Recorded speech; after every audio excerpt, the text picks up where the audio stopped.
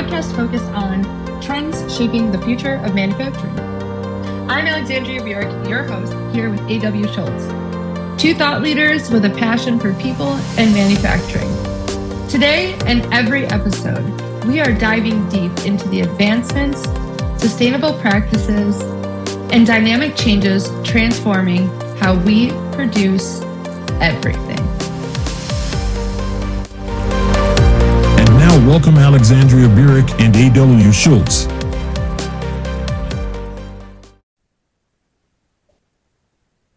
Hey everybody, welcome back to another episode of Factory of the Future. I'm here with A.W. Schultz. I'm Alexandria Burek. And today we're going to be talking about a very technical term. It relates to the blah parts of our jobs and our lives. It's the blah that we have to do in order to do the stuff that we love. So this is inspired by our previous conversations in preparing for some of the recordings that we're doing today. And I asked A.W. about his doctoral studies, and he was like, I'm struggling. I just don't like what we're talking about or what I'm looking into now. It's just not interesting. And I said, that's very interesting, because I think no matter what we're doing in our lives, no matter if it's our jobs or our responsibilities at home, there's always seemingly some blah work that we have to do. And it's this period that we have to get through so we can do the work that we love and the things that we enjoy. So A.W., why don't you go ahead and share kind of how you're tackling this? Like, are there any games you're playing, to kind of like gamify it or make it more enjoyable, or setting smaller, like little milestones to get accomplishments? Like, what's your plan of attack here? Oh, okay. Well, yeah. So what I would say, it's like I approach other things. It's like I've always liked to have, things in the back for projects to go to. Yeah. So I'm really getting a lot done around the house because I don't want to do any schoolwork or any preps for any kind of conferences, because just that's that blah stuff. But I mix message stuff up. I found that I'm not a person that does good with tight deadlines. I need to think. I'm a reflector. Yeah. So those are kind of things that I do to get through the day on it. But as I'm going through this research that I'm doing, and part of my scholarly project that I'm working on is understanding how to engage employees in Industrial 5.0. And particularly, I'm looking at a leadership guide to how to motivate it. The leaders, because when you think about Industrial 4 or 5.0, it's a human-centric approach. It's taking what humans have and driving them to drive sustainability to better the planet, better the factory. So a lot of what I've got circling around is around different theories and theorems and how training goes, how people think, and it's just it comes in and it just kind of goes into that blah stuff. Yeah. Trying to find a theory that works for us, because we talk about. I'm just going to bore the audience if I start talking about it. So, as I'm hearing this, I have a recommendation for you, or something that I'd like you to experiment with, is you go into your, whatever you pick up next that you have to read. I would love, and I think it would almost be funny too, to do it in like a voice memo recording, but I would love for you to read whatever this next study is that's kind of like blah for you. And it's like, I'm picturing like when you're looking at a teacher talking and their students' eyes are glazing over, like I'm picturing that's like kind of your experience as you're reading through some of this like deeply technical statistical information pertaining to these topics. So I think it would be really interesting if you read it like almost in Shakespearean voice, or like a British accent, or like just overly enthusiastic about what you're reading. Like if you're like, and then there were 5.2 points of deviation of this thing, as you were like reading it. I think that would be maybe potentially interesting, or a way to game. I got it for you right now. Okay, let's go. What makes exploratory sequential design different from convergent design? Researchers use the quantitative phase to understand the qualitative phase. Which results do you think might be more to explore? How can you imagine a researcher using qualitative results to select a quantitative participants? That's interesting. I see it. That's funny because I'm actually like, I want to know what the scoop is. Like, this sounds fun. I actually am interested in qualitative and quantitative data. So, okay, so that's what I'm in a place where I hate dealing with certain types of reports. Like, I like building the reports, but then if I have to do them on a monthly basis, like after the work of creating them is done, I hate the monotony of that. Like, I just hate it. And like, I'll be honest with you, I would sooner just not do it. And then if someone asks for it, like scramble and have the pressure of doing it because I hate doing it so much. Like that, the regurgitation and database management, like my job is heavy right now in database management and I just hate it. I hate it. Hate it. And I feel like it's such a waste of my brain. Like I feel like brain cells are dying when I'm doing it. I understand that it's valuable and I reframe it, blah, blah, blah. And like, sometimes I'll use it as, mindless time that I get paid. So I'll try to make it enjoyable by listening to a funny podcast or something that's interesting to me. Or admittedly, if I want to go party one night and I am going to be less than, super sharp the next day, I've got what I call mindless work that I do. So I'm still working and doing the things that the organization needs of me, but it's not something that needs my sharpest brain and my most critical thinking skills. So those are, I guess, some of the ways that I try to approach some of that blah work for me. But I think also what's been really, really productive has been reframing and repositioning myself in the organization.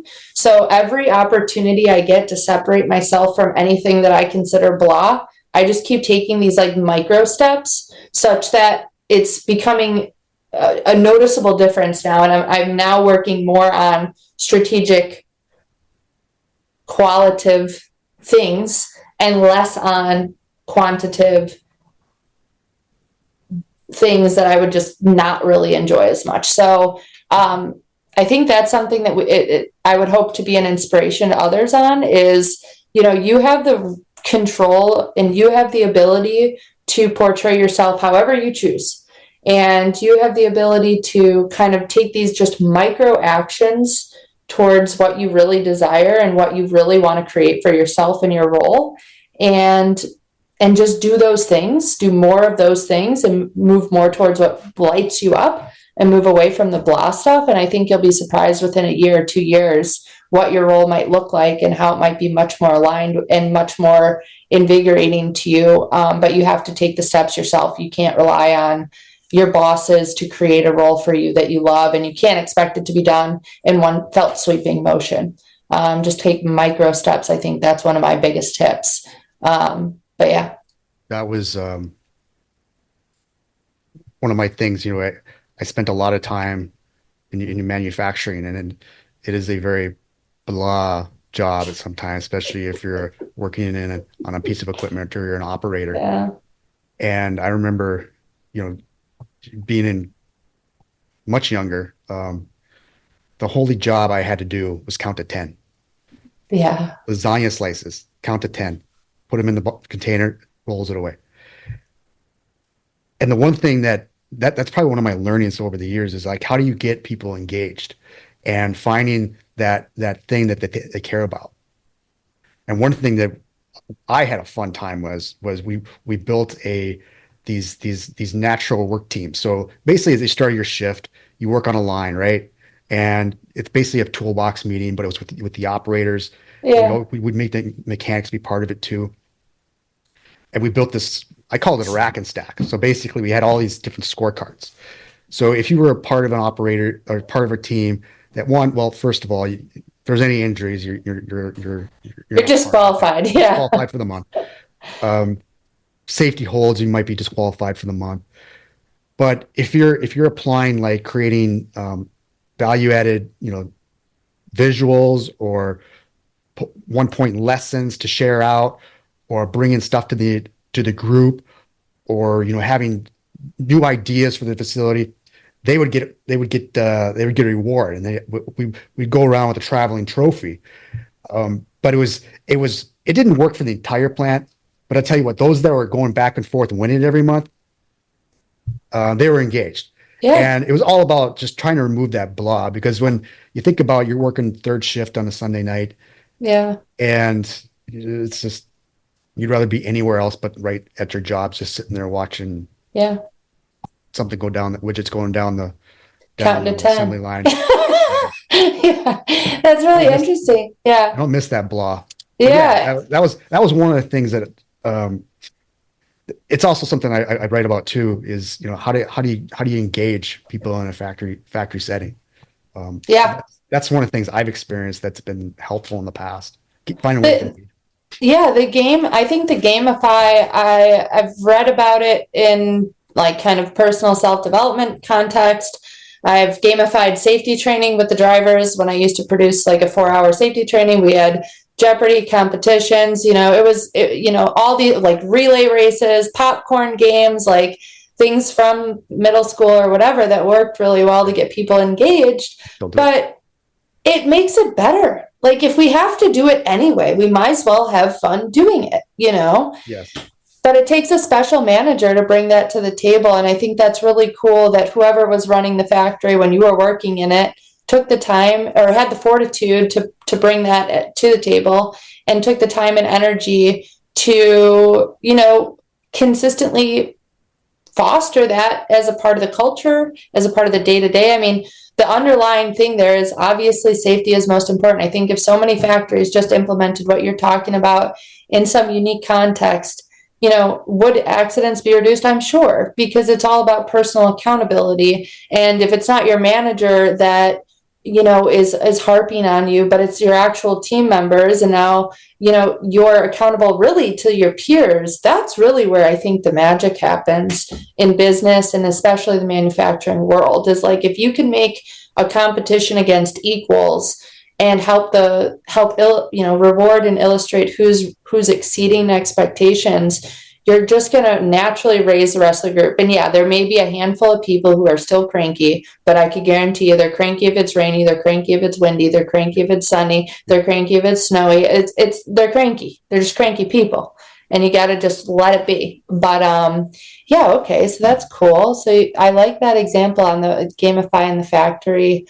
Trying to think, I've also timed myself on some of this really like crappy work that I do. Like I just see how fast I can do it.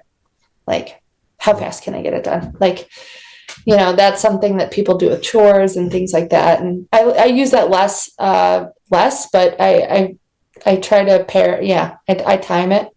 But I think that just kind of hits on that we all literally have those things within our job. Like my dad's in sales. He hates doing sales reports. He hates doing the call reports or whatever, because that's the admin function. Every job has an admin function.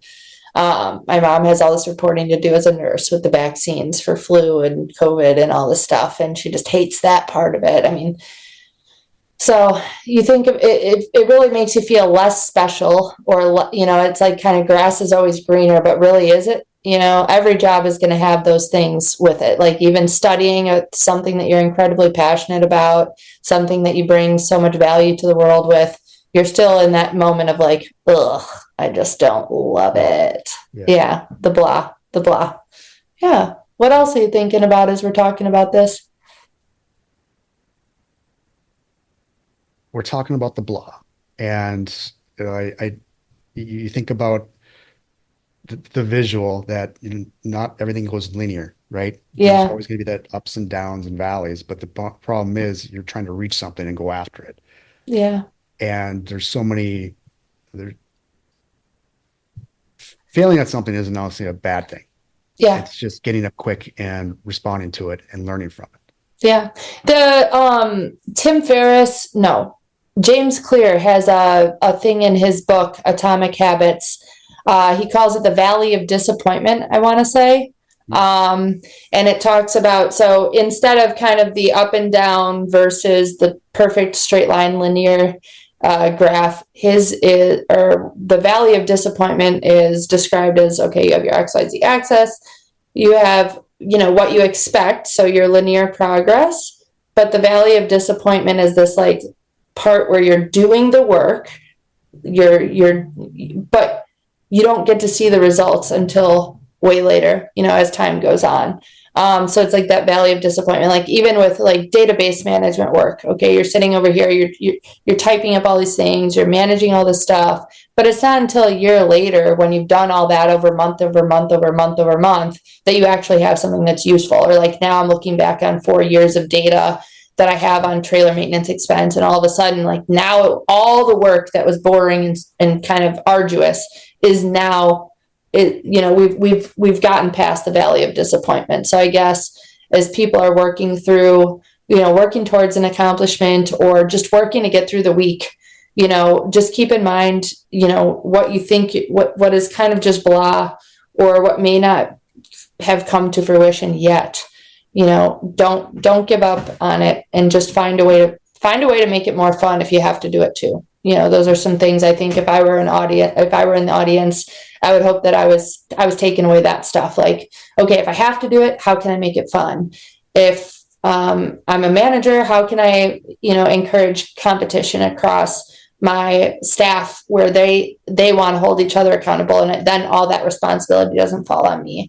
If I'm, studying, to get my doctorate, how can I just get through this period of time where I'm doing the work, I'm reading these studies, and I don't know when it's going to come to be, come to be an interesting topic, but who knows? Maybe we'll be on a future episode, and whatever it is that you're reading about quantitative and qualitative data, we'll have some interesting topic, such as a leaf blower and its CO2 emissions and things like that we've covered in other topics and things that we've had on the show. So maybe tell yourself that too, like, oh, this is going to be so useful at a later time. I just don't know how it's going to be useful.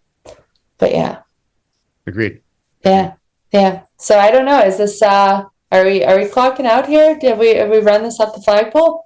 I think we ran out the flagpole. We're ready to check out. Like okay. Goods. We're out of here. Like finished goods. Yeah. And we're going to close loop it. We're going to do closed loop manufacturing and bring something from this episode into a future one, maybe. Yep. All right. Cool. Take care. Goodbye. Bye. This is Factory the Future, and we are out of here like finished goods. Stay tuned for our next episode of Factory of the Future, where we're exploring groundbreaking techniques and behaviors that are reshaping industrial landscapes. Don't forget to subscribe and leave us a review and help others discover the cutting-edge insights transforming manufacturing as we know it.